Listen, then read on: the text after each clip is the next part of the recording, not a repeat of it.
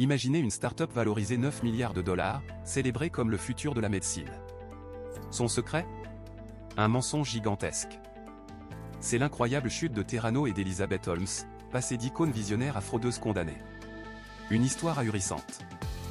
Sa promesse était d'or, une micro-goutte de sang suffirait à détecter des centaines de maladies graves, de manière rapide et indolore. Cette vision a enflammé la Silicon Valley. Des investisseurs de renom, des hommes politiques puissants ont misé des fortunes colossales. Terrano a levé plus de 700 millions de dollars. Elizabeth, avec son col roulé noir, était comparée à Steve Jobs, une génie selon Forbes. Son conseil d'administration comptait des figures comme Henry Kissinger ou George Shultz. Des hommes influents, séduits par la promesse. Elle était partout, couverture de magazines, conférences TED, sa réputation était inébranlable. Le monde entier croyait en elle.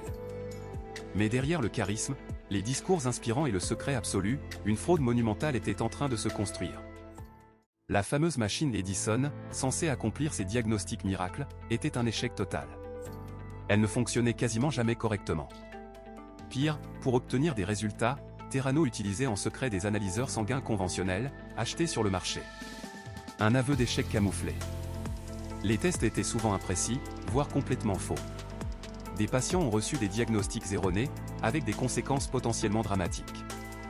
Ces erreurs de diagnostic ont mis en danger la vie de milliers de personnes, leur donnant de faux espoirs ou des angoisses injustifiées. Les employés courageux qui ont tenté d'alerter sur les dysfonctionnements étaient menacés, intimidés, licenciés.